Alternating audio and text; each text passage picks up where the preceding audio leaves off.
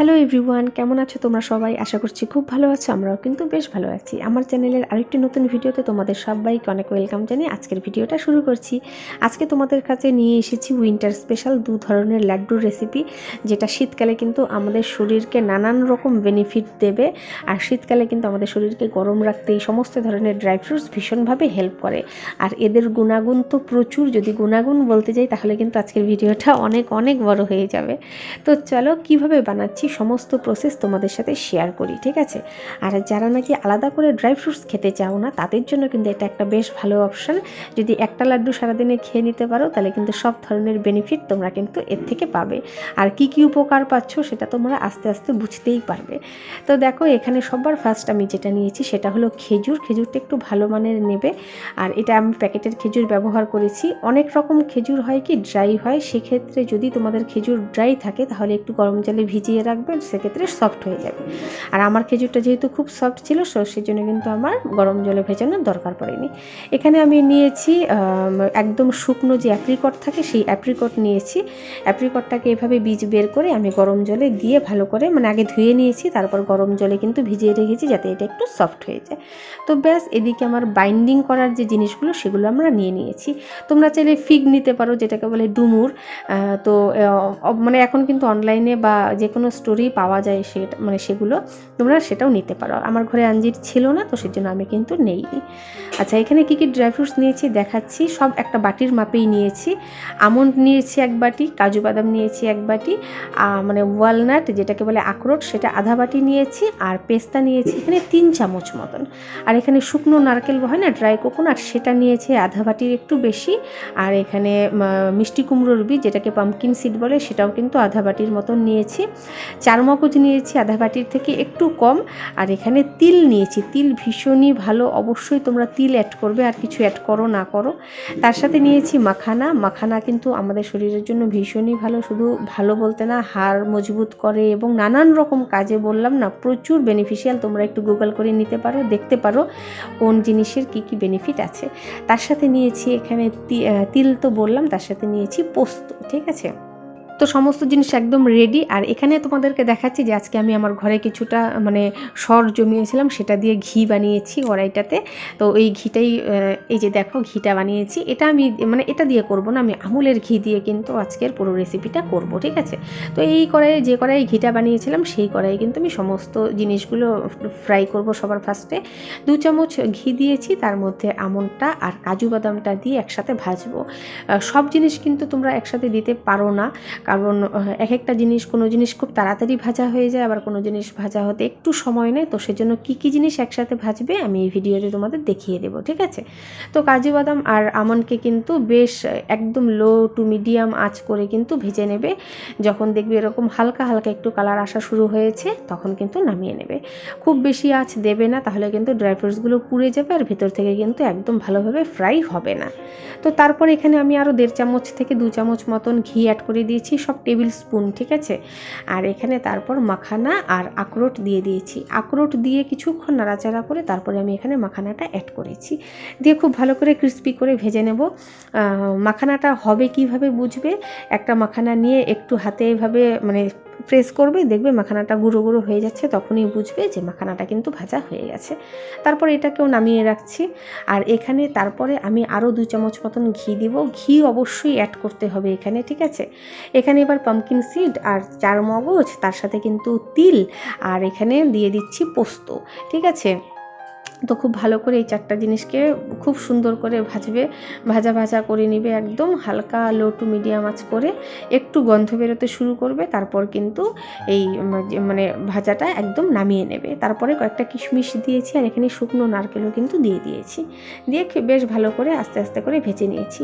ঘি এই লাড্ডুটার জন্য কিন্তু মোস্ট ইম্পর্ট্যান্ট একটা জিনিস। ঘি ছাড়া কিন্তু এই লাড্ডুটা একদমই তৈরি হবে না, এখানে কিন্তু ঘি দিতে হবে। আর ঘি অবশ্যই আমাদের শরীরের জন্য খুবই ভালো, তো তোমরা অবশ্যই কিন্তু ঘিটা এখানে অ্যাড করবে। আর এখানে আমি পেস্তা নিয়েছিলাম, সেই পেস্তাটা না আমার কিন্তু যে রোস্টেড পেস্তা থাকে সেটাই আমি অল্প একটু ভেজে নিয়েছিলাম জাস্ট। তো ব্যাস সব কিছু ভাজা আমার কমপ্লিট। আর এদিকে আমি যে অ্যাপ্রিকট আর খেজুরটা ছিল ওটাকে আমি মিক্সিতে এভাবে পেস্ট করে নিয়েছি। তারপরে এটাকেও কিন্তু আমি 1.5 থেকে 2 চামচ মতন ঘি দিয়ে আমি ভালো করে এটাকে মানে একদম কম আঁচে কিন্তু ভেজে নেব এইভাবে, ঠিক আছে। ভাজলে এটার যে শেলফ লাইফ সেটা কিন্তু অনেকটাই বেড়ে যাবে। তো এইভাবে ভেজে নিয়ে এই যে মিশ্রণটাকে পুরোটা আমরা একবারে দিয়ে দেব। আর এখানে দেখো আমার যে ড্রাই ফ্রুটসগুলো ভেজে রেখেছিলাম সেগুলোকে আমি এখন মিক্সিতে করে এভাবে গুঁড়ো করে নিচ্ছি। তোমরা যদি চাও পুরো গ্রাইন্ড করতে পারো, আমি কিন্তু পুরো গ্রাইন্ড করিনি, একটু দানাদার রেখেছি, কারণ দানাদার থাকলে বেশ ভালো লাগে মুখে পড়লে। তোমরা যদি চাও একদম গুঁড়ো করে দিতে তাহলে অবশ্যই তোমরা একদম গুঁড়ো করে দিতে পারো, এটা তোমাদের একদম নিজের পছন্দ অনুযায়ী, ঠিক আছে। মাঝে কিছু কিছু দানা বড় রয়ে গেছিলো, সেগুলোকে আমি এভাবে চাকু দিয়ে একটু ছোটো ছোটো করে কেটে দিচ্ছি। তো ব্যাস আমাদের একদম সমস্ত মিশ্রণ রেডি। এবার এখানে আমি খেজুরটা দেব, খেজুরের যে পাল্পটা ছিল সেটা দিয়ে খুব ভালো করে আস্তে আস্তে মেলাবো। খেজুরটা কিন্তু এই সময়ে ভীষণই গরম হয়ে আছে, তোমরা অবশ্যই হাতে মানে একটু আস্তে ধীরে মাখার চেষ্টা করবে। আর এখানে দিয়ে দিয়েছি একটু এলাচ গুঁড়ো, যাতে করে ফ্লেভারটা একটু সুন্দর হয়, ঠিক আছে। তো চলো, এর ভীষণ রকম এখানে যেরকম মানে যেই সমস্ত আমি ড্রাই ফ্রুটস দিয়েছি এগুলো সমস্তই আমাদের শরীরের জন্য কিন্তু খুব ভালো, বাচ্চাদের ইমিউনিটি পাওয়ারকে বাড়ায়, তার সাথে সাথে আমাদেরও কিন্তু অবশ্যই বাড়ায়। আর ওয়ালনাট ব্রেনের বিকাশে ভীষণভাবে সহায়তা করে। আমন্ড খুব ভালো একটা অপশন বাচ্চাদের ছোট থেকে এভাবে আমন্ড খাওয়ানো। তার সাথে কিন্তু এখানে না, তো আমি কিন্তু বীজ অনেক অ্যাড করেছি, মানে সিডস, তোমরা চাইলে আরও সিডস এখানে অ্যাড করতে পারো, যেমন চিয়া সিডস, তারপর তোমরা এখানে সানফ্লাওয়ার সিড ব্যবহার করতে পারো, আরও প্রচুর রকম সিড কিন্তু আছে যেগুলো তোমরা এখানে ব্যবহার করতে পারবে। তো এখানে খুব ভালো করে মাখার পর দেখো এরকম হয়েছে। আর এখানে আমি 1 চামচ মতন শুধু ঘি দিয়েছি, 1 টেবিল স্পুন ঘি দেওয়ার পর এখানে সুন্দর বাইন্ডিং হচ্ছিল। তো আমার একা করতে অনেকটাই সময় লাগছিল, সেজন্য আমি আমার বরকেও এখানে ডেকে নিয়ে এসেছি। তো ভীষণ ভালো এই বেনিফিশিয়াল ড্রাই ফ্রুটসের লাড্ডু তোমরা অবশ্যই বাড়িতে বানাও, আশা করি তোমাদের খুব ভালো লাগবে। আর বাচ্চারা কিন্তু খুব খুশি হয়ে খাবে আমি আশা করি। আমার ছেলে তো ভীষণ খুশি হয়ে খায়, তো আমি এটাই আশা করব। আর কেমন লাগলো অবশ্যই কমেন্ট করে জানিও, ঠিক আছে। অনেকটাই হয়তো ভিডিওতে বকবক করলাম, এতটা বকবক না করলে হয়তো তোমাদেরকে ভালো করে বোঝাতে পারতাম না, তো সেজন্য কিন্তু সমস্ত কিছু খুব ভালো করে তোমাদেরকে বলে দিলাম, ঠিক আছে। তো এটা হলো এক ধরনের লাড্ডুর রেসিপি। এখানে আরও এক ধরনের লাড্ডু আমি তোমাদেরকে করে দেখাবো, মানে সেটা হলো একটু অন্যরকম পদ্ধতিতে। এখানে যে ড্রাই ফ্রুটসের গুঁড়োটা আমি করে রেখেছিলাম সেটাকে অর্ধেক আমি করে নিয়েছি। তো চলো নেক্সট প্রসেসের জন্য এখানে আমার ঘরে ছিল কিছু ছোলা, যেটা দিয়ে মানে আমরা ছাতু বানাই। তো এখানে আধা বাটি মতন ছোলা আমি নিয়েছি, নিয়ে এটাকে এভাবে গ্রাইন্ড করে নিয়েছি, ঠিক আছে। তো খুব ভালো করে গ্রাইন্ড করে নিয়ে এখানে আমি কড়াইতে 3 চামচ মতন 3 থেকে 4 চামচ মতন আমি ঘি অ্যাড করেছি। ঘি অ্যাড করে হালকা একটু গরম করে নিয়ে আমি এখানে হাফ কাপ মতন দিয়ে দিয়েছি আটা, যেই আটা তোমরা রুটি বানিয়ে খাও সেই আটা দিয়ে খুব ভালো করে এই আটাকে কিন্তু আমরা ভাজবো, একদম লো ফ্লেমে করে ভাজবো। একটা সুন্দর গন্ধ বেরোবে, দেখবে বুঝতেই পারবে, সেই সময় বুঝবে যে এটা রেডি হয়ে গেছে। তো আটাটাকে খুব ভালো করে ভেজে এখানে কিন্তু আমি যে ছাতুটা করে রেখেছিলাম সেই ছাতুটা এখানে দিয়ে দেবো। তো দেখো আটার কালারটা কিন্তু একটু চেঞ্জ হয়ে গেছে, সেই সময় আমরা ছাতুটা অ্যাড করব। ছাতু অ্যাড করে কিন্তু এখানে আমি আরও 1 থেকে 1.5 চামচ মতন ঘি দেবো, দিয়ে খুব ভালো করে ছাতুটার সাথে ভাজবো। ভাজা হয়ে গেলে এখানে আমি দেব গুড় আমি 1 কাপ ব্যবহার করেছি। তোমরা তোমাদের যদি আরও বেশি মিষ্টি চাও সেই হিসেবে কিন্তু গুড়টাকে বেশি কম করতে পারো। তো এইভাবে আমি গুড়টাকে দিয়ে ভালো করে আগে গুড়ের সাথে মিশিয়েছি, তারপর কিন্তু আমি এখানে ড্রাই ফ্রুটসের যে গুঁড়োটা রেখেছিলাম সেটা আমি এখানে পুরোটা অ্যাড করে দেবো।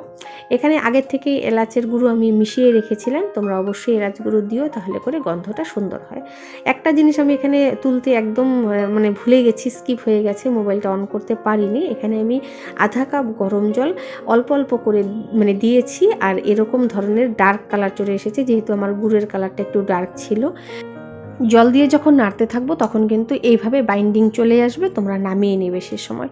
তো দেখো খুব ভালো করে এখানে এই ধরনের ছাতুর লাড্ডু কিন্তু আমাদের তৈরি হয়ে গেল।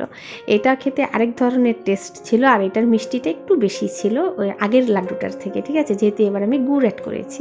তো 2 ধরনের রেসিপি তোমাদের সাথে শেয়ার করলাম, তোমাদের কোনটা বেশি ভালো লাগলো অবশ্যই কমেন্ট করে জানিও। তোমরা বাড়িতে বানিয়ে খেও, আশা করি তোমাদেরও খুব ভালো লাগবে। তো ড্রাই ফ্রুটসের কী কী বেনিফিট সেটা তো আজকে বলতে পারলাম না, পরে অন্য কোনো দিন আরও একটা ভিডিওতে অবশ্যই তোমাদের সাথে শেয়ার করব, ঠিক আছে? আর তোমরা অবশ্যই কিন্তু দেখে নিতে পারো ড্রাই ফ্রুটসের কী কী বেনিফিটস আছে।